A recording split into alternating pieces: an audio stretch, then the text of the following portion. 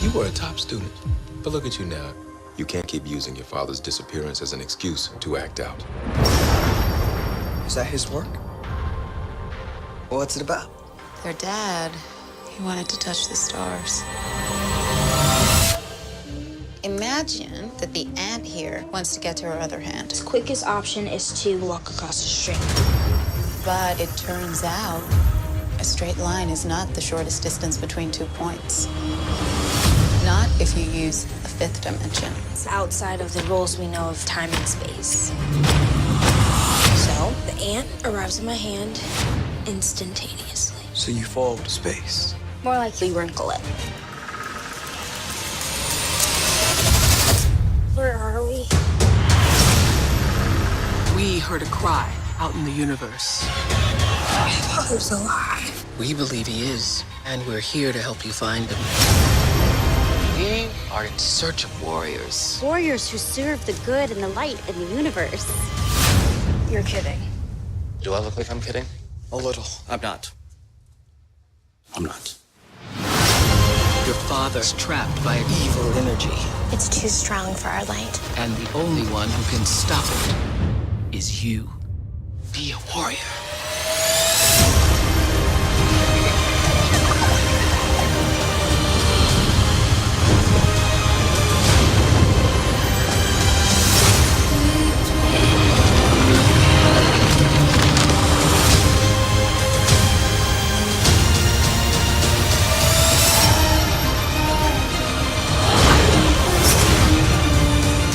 My love is always there, even if you can't see it.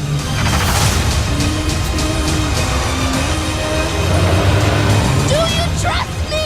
I trust you!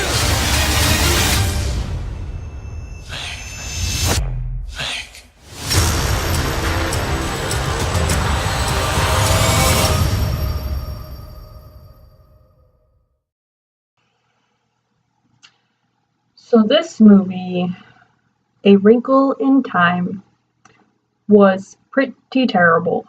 It was pretty bad.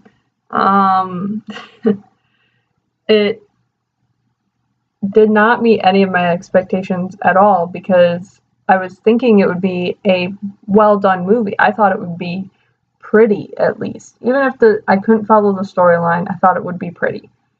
And the effects sucked.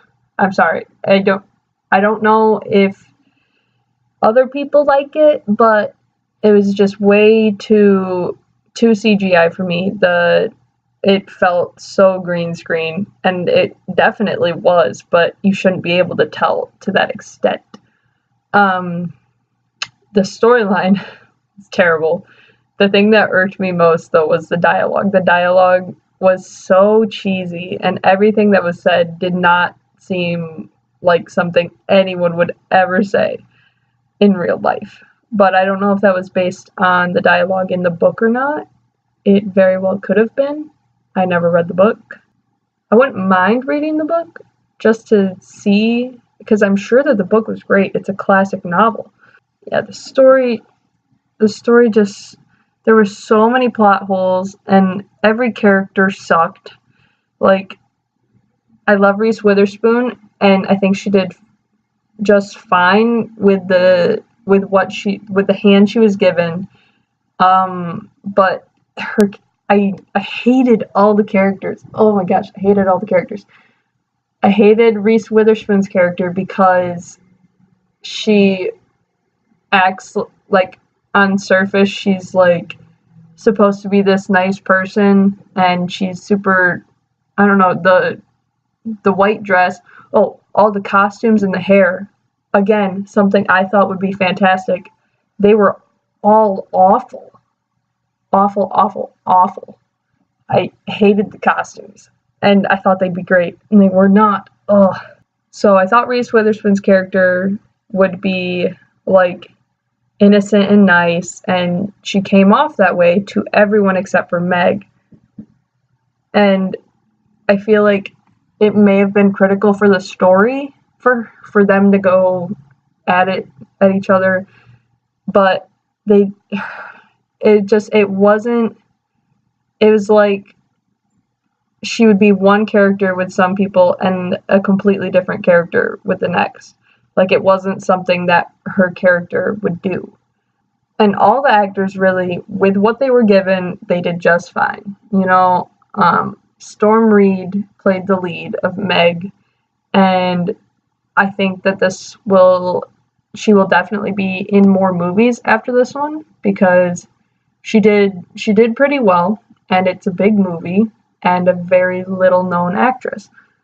And the other kid, Levi Miller, played Calvin, who he did just fine with what he was given, but his dialogue and how he just pops up out of nowhere and just says, "Oh, I'm supposed to be here." What? No, you can't force the audience to just accept that. That's terrible.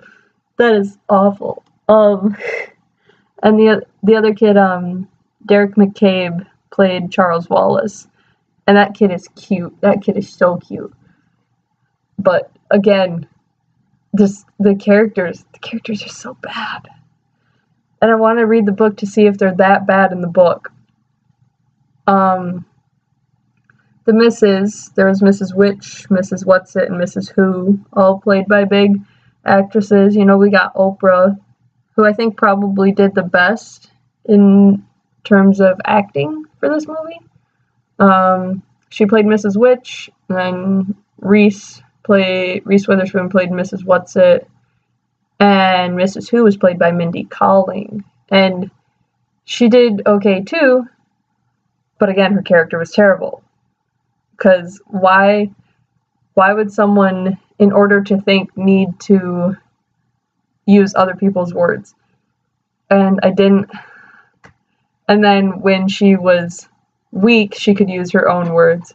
But then when they came back and she was strong again, she still used her own words. So it didn't. And then she ended it by using other people's words.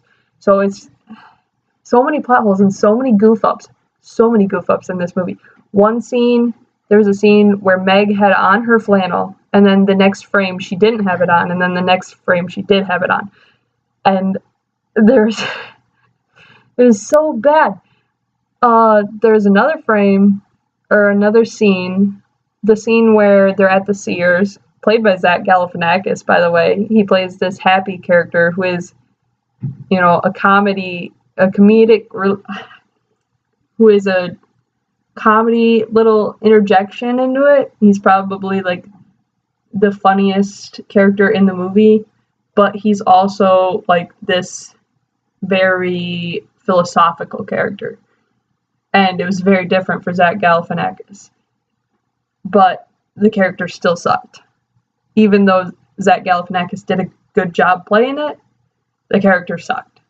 There was no background from him whatsoever, other than him and Mrs. Whatsit are not seeing each other, used to see each other. I don't know.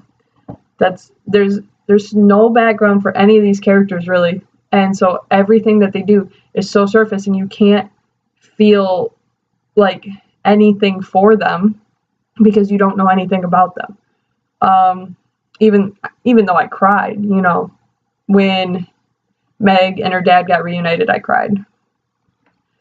And the worst dialogue was, "Sorry, I'm late," when he comes home to his wife after 4 years.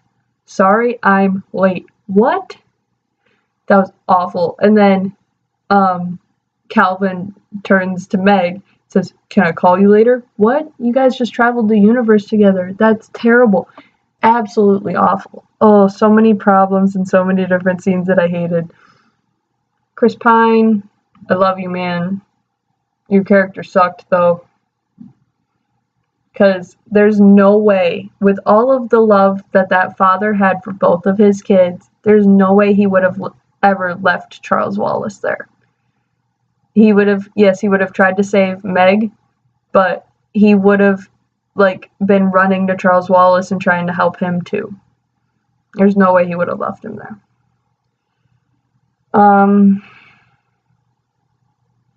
The only character that I did like in the entire movie was the mom, Mrs. Murray, played by Gugu Mbatha-Raw. And I don't know how to say her name, But she was good. She was good. Her character was good. The only one that I liked. The music, I don't know about the music. Like, sometimes it felt like it fit, like, the score in the background, but other times it just seemed to either not fit or be too repetitive for the scene. Like, it was just one key over and over and over. So I gave this movie a 1.5 star, and the only thing that even gives it that is the acting. Storyline and everything else, I would give 0 out of 5 stars. Actors saved it. Ava DuVernay, the director of this movie, I don't know what you were doing. This was bad. Bad movie. And the flying lettuce slug, I hated that too. That whole scene irked me. The flowers, the kids flying, and one kid not making it. Oh, I hate this movie. It was so bad. But I would go see it again in a heartbeat because I love movies. And like I said, I think I'm going to read the book. Because I feel like I would like it much, much better.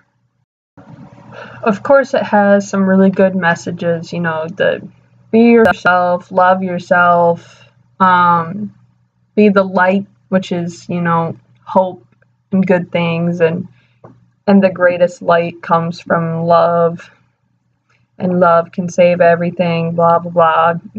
Cliche themes, but, like, good themes. But it wasn't executed well in the story. And the scene where she's, like, finally doing whatever teleporting thing is called, where she finally does it correctly and she's, like, loving it, where she's one with the universe, and it just looks like she's falling through a bunch of ribbons, and it was so bad. So bad. I hated all of the teachers and the principal in their school because never would they behave the way these ones did. And the prissy girl, Veronica, or whatever her name was awful. She shouldn't have, the only reason she was in the story is because you needed a bully to show that the girl, Meg's life sucked. That was stupid too. She didn't need to be in there, honestly. And when Charles Wallace goes running up to the fence and just starts yelling and repeating the entire conversation that he had, that was dumb. It's just, so many times in the movie I would just cringe because of how bad something was said. Ugh. And when Meg finally sees her dad and she just goes, "Hey, hi, Daddy." Like, you haven't seen him for 4 years. I feel like she wouldn't just say, "Hi, Daddy." Like, I could see her saying Daddy or, like, not saying anything. But just, "Hi, Daddy." No. That's so bad. So bad. And nothing really made sense. And I know we're supposed to look at it through kids' eyes, but that's even worse because they're not going to understand any of it. There's nothing that made sense in that movie, and it was awful. Awful, awful. And as if we didn't have enough problems with this movie, the tagline of it, "Be a warrior." Now, that references the part of the story where they're saying they're looking for warriors to find the light or whatever, and that Meg's going to be a warrior. And I think that is one of the most absurd things of the movie, because you can't just go find a human to travel through to do this teleportation thing, whatever it's called, something with a T. You can't just go find a human to do it and be a warrior and save the universe, because they've been talking this whole time about how Chris Pine's character, Dr. Murphy, or Murray, yeah, Dr. Murray, is the first human to do it. And the first human to do it screws up and ends up in this dark, dark place. And even though she's different, like, she did something impressive, it's not, that makes no sense. Saying that she's going to be one of them when there's, and they said, like, I think they said Albert Einstein was one of them, and Nelson Mandela, and that's, being a warrior is different than just being a good person, and I just think that that was a stupid part of the story. But I mean, I thought all of the story was basically stupid. But really, the thing that makes it stupid is how good it could have been. It could have been so much better. The entire movie could have been so much better. But because the story fell through, I think it all just went downhill from there. And the scene with the balls and the creepy suburban houses, that scene actually terrified me. I did not like that scene. It felt like I was in a horror movie. I don't like synchronization, I guess, like that. That stuff terrifies me. That was so creepy. And I'm sitting there in the theater, and as Calvin goes, like, all excited to go inside for all these different types of cake, I'm like, no. Like, I yelled that in the theater. And I hate when people talk in theaters. It's one of my biggest pet peeves, but I couldn't help it. That I would have flipped shit if Calvin had actually gone in there, or if Meg had let him go in there. So did you guys like the movie? I don't know. Did you guys like the movie? Tell me. Comment, like, share, everything. Tell me what's up. Tell me why you like the movie and why I'm completely wrong, because it was so bad. But I want to hear why you think it was good. Alright, like, comment, share, subscribe, YouTube, yay. And have a great day. When 900 years old you reach, look as good you will not.